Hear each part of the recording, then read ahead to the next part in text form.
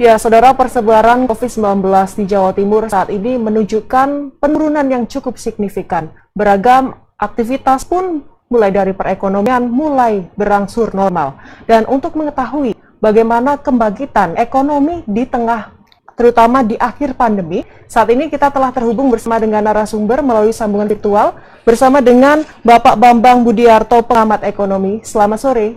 Selamat sore, Pak Bambang. Selamat sore, Mas Fauzi, Mbak Dinda. Baik, terima kasih sudah bergabung bersama kami di Jawa Timur hari ini, Pak Bambang. Bagaimana Bapak melihat kondisi ekonomi masyarakat khususnya di Jawa Timur saat ini, Pak? Kalau dikatakan membaik itu Mas Fauzi ya, Mbak Dinda, kita harus mengidentifikasi ya, membaiknya ini bagi siapa dan yang mana. Jadi kalau kita lihat, kita sekarang ada 27 ya wilayah yang ada di level 1 kota kabupaten. Terus ada 11 yang di level 2, 27 jadi kan level 1. Nah, capaian ini tentu adalah sebuah prestasi bagi pemerintah. Itu harus diakui. Harus diakui, tidak bisa tidak. Tapi ada satu sebenarnya yang tidak dilupakan oleh kita semua. Apa sebenarnya?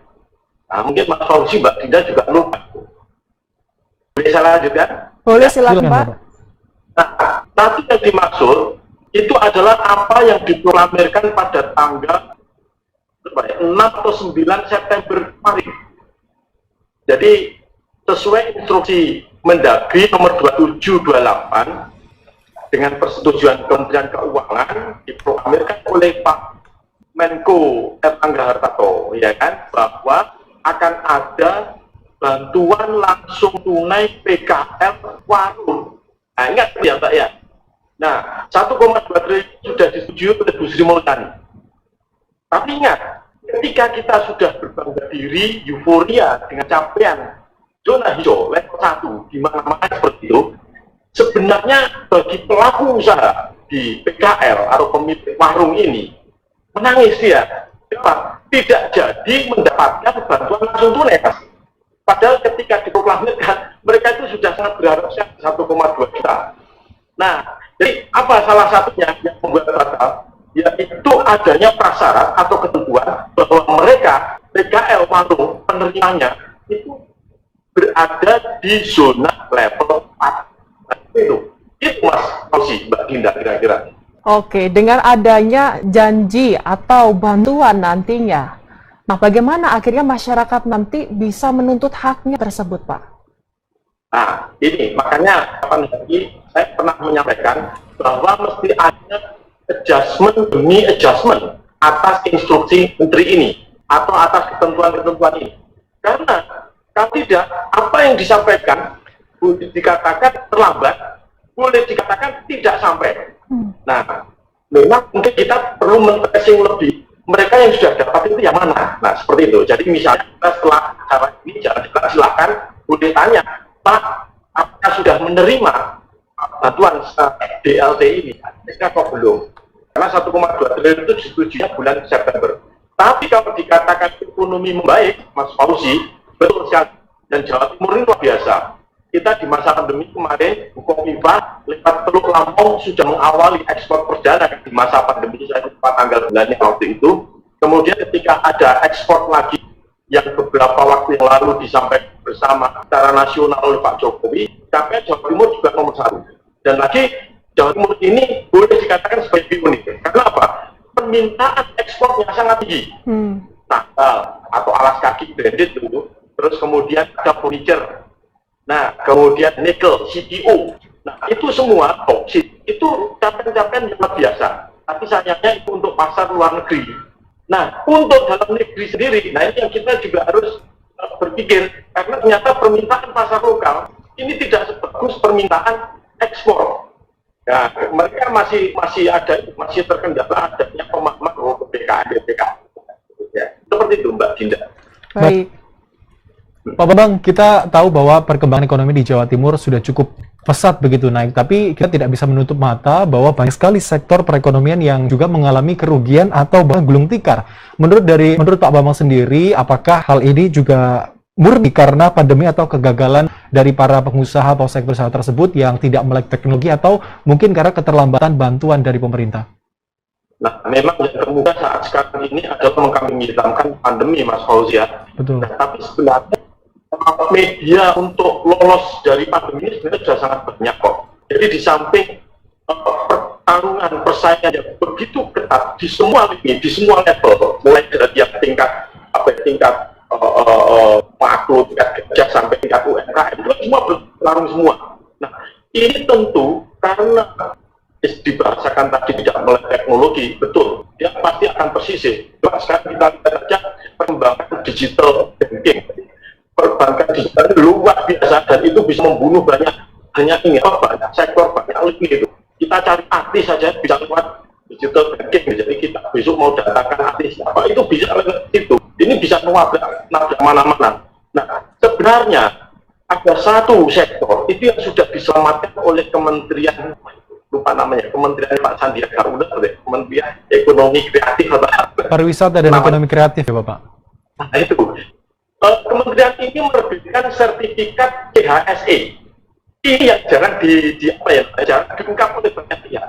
Jadi CHSE itu, jadi Cleanliness, kemudian safety sama environment sustainability.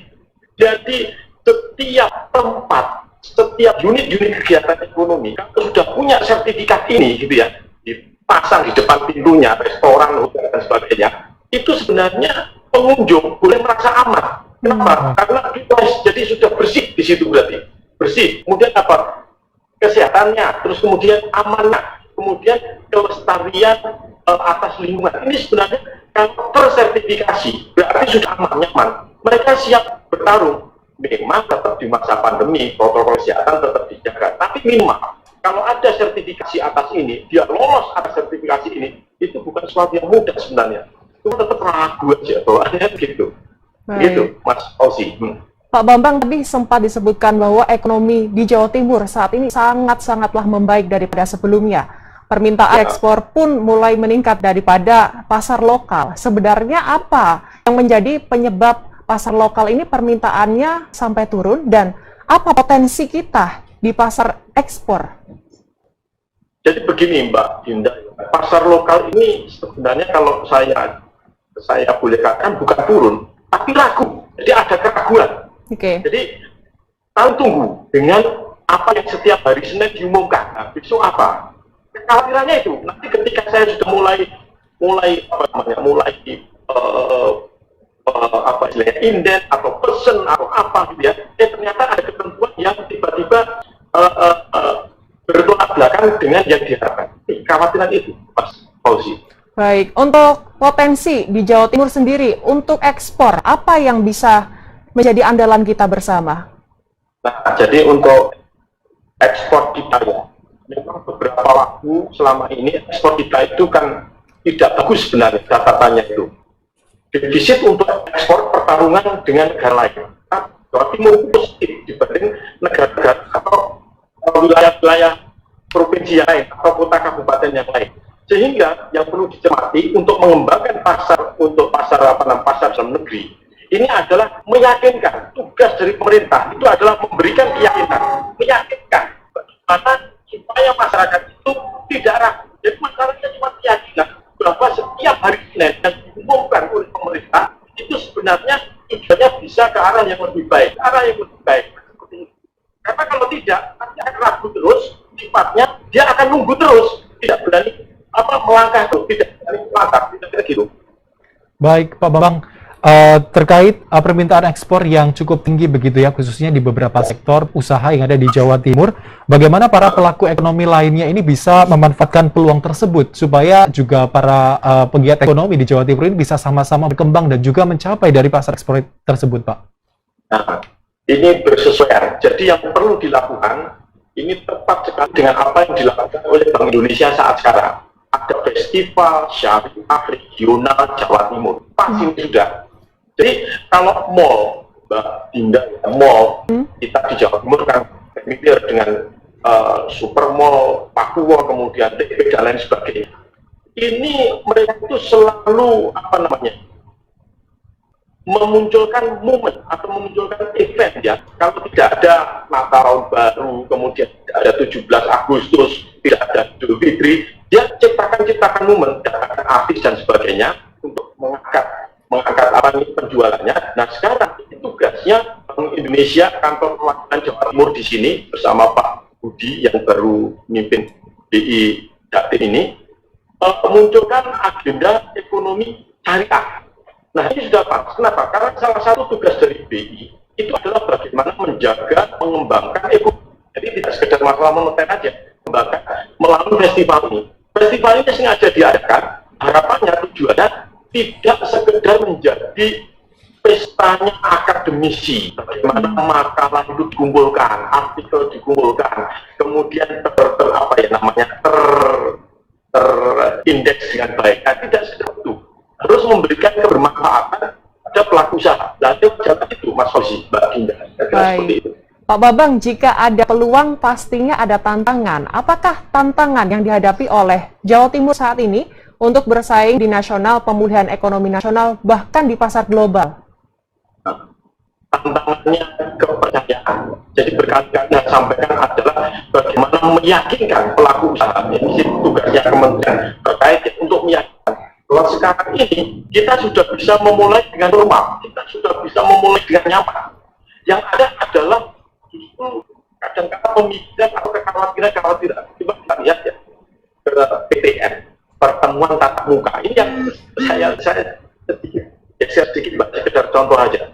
Hari-harinya anak-anak SD ini bermain-main ya di halaman sekolahnya itu, tapi sekolahnya kan tutup ya, dan sekolah. Tapi ketika pelajaran PTN ini rasanya menjadi macam harus apa ya, maskernya pas, jaga jarak. Nah ini pola ini yang harus diruntuhkan pemahaman itu. Jadi tidak semencekam itu, tapi tetap protokol kesehatannya dijaga, maskernya. Tidak perlu dibuat wacana yang mencekam, mengkhawatirkan gitu. Maksud saya itu seperti itu. Nah ini tugasnya kementerian terkait. Baik, artinya begitu banyak tantangan yang juga dihadapi begitu ya Pak oleh masyarakat dan juga para pelaku ekonomi di Jawa Timur. Lantas apa evaluasi menurut kacamata Pak Bambang sebagai pengamat ekonomi terkait pemberlakuan PPKM yang sempat diberlakukan di Jawa Timur dengan level yang cukup tinggi sampai level 4 khususnya di bidang ekonomi? Apa saja evaluasinya Pak?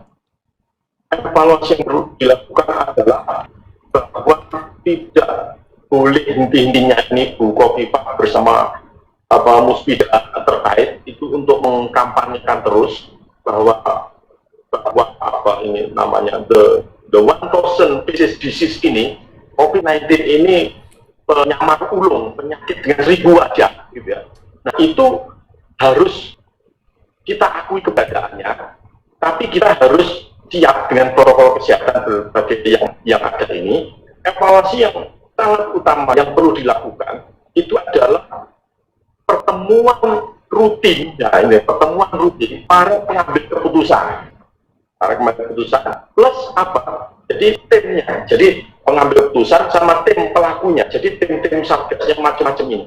Saya pernah punya pemikiran itu begini, Mbak Dinda. Kita perlu melakukan yang namanya tidak satgas. Jadi misalnya di mall ya, di mall itu ada satu tempat duduknya satgas, nggak harus berdiri menakutkan, tempat duduk satgas yang di situ fungsinya itu adalah ditanya macam-macam, kemudian memberikan informasi, kemudian mereka itu juga bisa saling mengingatkan yang baik. Jadi antar pengunjung itu bisa saling mengingatkan. Jadi misalnya di lantai 1 ada seperti ini, ada 2 ada seperti ini. Nah, tempat bertanya, tempat macam-macam perlu dibuat seperti ini. Nah, keterkaitannya dengan bagaimana supaya ekonomi ini bisa jalan, bisa maju terus. Nah, ini tidak bisa frontal memang. Sudah banyak masyarakat ini yang jatuh. Ketika harus bangkit lagi, ini sebenarnya bukan sesuatu yang mudah. Yang saya contohkan di menit-menit awal tadi, yaitu terkait dengan BLT, PKLB, langsung PKL dan pemilu warung tadi. Mereka ini sebenarnya adalah kelompok yang terdepan ketika terpapar COVID-19 terdepan ya. Ketika harus mendapatkan bantuan, ternyata paling akhir, dan paling akhir itu nggak jadi ternyata. Syaratnya harus level 4. Nah, sebenarnya mereka pun itu dalam posisi apakah berubah dari level 4, 3, 2, 1 bagi mereka sebenarnya perubahannya tidak terlalu signifikan. Nah, ini yang sebenarnya perlu dicermati. Pemahaman ini yang harus diketahui oleh para pengambil keputusan, bahwa di level akar rumput, di level terendah, ini bisa muncul pemahaman-pemahaman yang demikian. Itu yang harus diketahui. Jadi tidak boleh hanya berdasarkan, misalnya setiap Senin disampaikan, itu hanya berdasarkan data yang muncul. Oh, data muncul ini Pak, dari kabupaten ini, tidak bisa. Harus secara real, secara nyata ya, kepala daerah itu mesti cek langsung sebenarnya itu seperti apa sih. Masih ada kok masyarakat itu ya, misalnya kalau kita masuk kampung situ, tempat saya itu RT-nya nggak peduli, aku masih muncul seperti itu. Yang vaksin nggak ada vaksin seperti itu masih ada kita jumpai. Seperti itu. Pak Bambang, terakhir, apa yang ingin disampaikan, terutama untuk kebangkitan ekonomi di akhir pandemi? Jadi yang perlu ingin saya kemukakan di sini adalah pentingnya komunikasi kelembagaan. Nah, itu kuncinya di situ. Pentingnya komunikasi kelembagaan antar siapa? Semuanya. Antar institusi, jadi Kementerian Keuangan, Kementerian, kalau misalnya di tingkat daerah, dia bisa dari keuangan, kebersihan, kemudian misalnya dana dan sebagainya. Jadi semua dinas terkait. Komunikasi antar lembaga, termasuk komunikasi tim satgas. Nah, seperti itu yang diperlukan. Kira-kira itu Mbak, komunikasi kelembagaan kuncinya di situ. Baik, artinya memang koordinasi dari setiap lembaga ini begitu penting agar perekonomian di Jawa Timur kembali bangkit setelah di pandemi ini berakhir, begitu ya. Kita berharap juga bahwa pandemi segera berakhir. Terima kasih banyak Pak Bambang sudah bergabung bersama kami di Jawa Timur hari ini. Sehat selalu dan selamat kembali bertugas. Terima kasih Pak Bambang. Terima kasih Pak Bambang.